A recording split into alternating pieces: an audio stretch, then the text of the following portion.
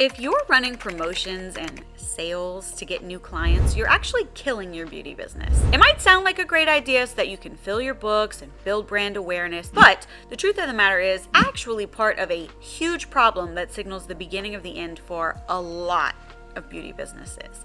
And I almost made the same mistake myself in my business. Luckily for me, and for you, I caught it in time and was able to recover and build a beauty business that absolutely flourished. So in today's video, I'm going to show you why offering promotions is actually a big mistake. I'm also going to show you how to attract clients in a way that won't slowly ruin your business. And I'll give you my secret to turning those same clients into loyal customers who keep coming back for years. So you run promotions to get new clients. You're entering a race to the bottom as you and your competitors in town offer lower and lower prices until there is no profit left. Instead, you need to get away from the bargain hunters and the price shoppers. You need to find brand loyalists who won't leave you for the next sale. I'm going to show you exactly how to do this, but first I need you to understand the difference between your offerings values. Today I'm going to show you how to price your services properly and attract loyal clients who value your work.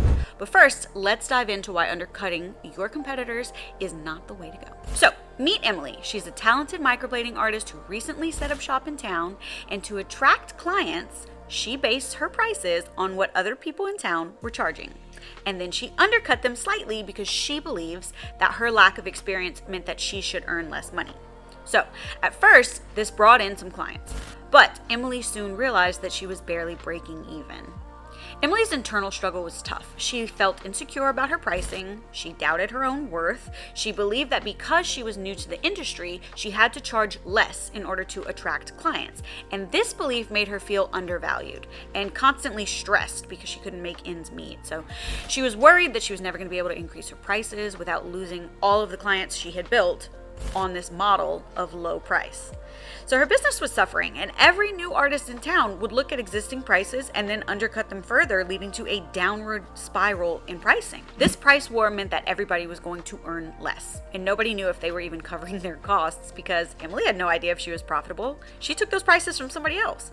She never truly understood her own numbers, so she didn't know if her competitors were profitable. That means she definitely doesn't know if she's profitable. So her competitors were probably guessing their prices too. This is a big problem in the beauty industry. And if Emily continued down this path, then her business was not going to be sustainable. And if she never knew her true costs, then she never knew if she was making a profit or not. So if new competitors keep undercutting, she would be forced to lower her prices even more, cutting into her already thin or maybe non-existent margins.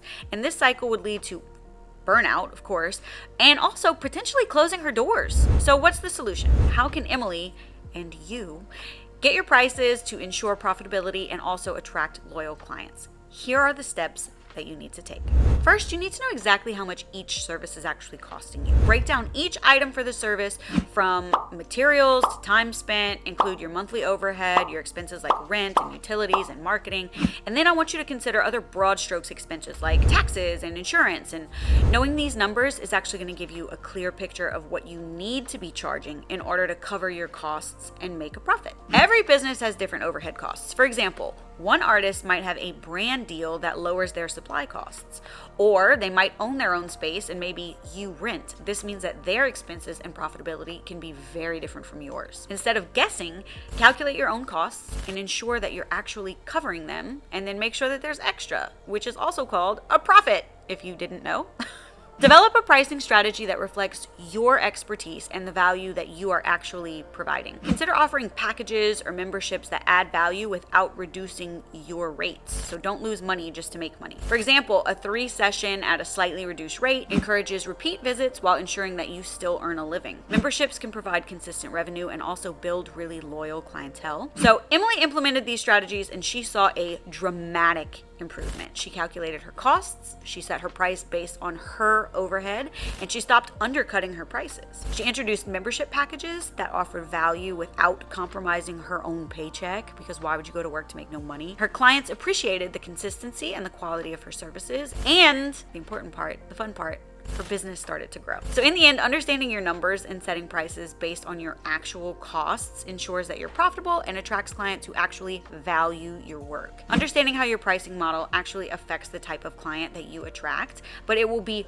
pointless if you don't know how to figure out those numbers. Don't worry, I've actually made this really simple for you. You can watch this video right here and it will show you step by step how to figure that out.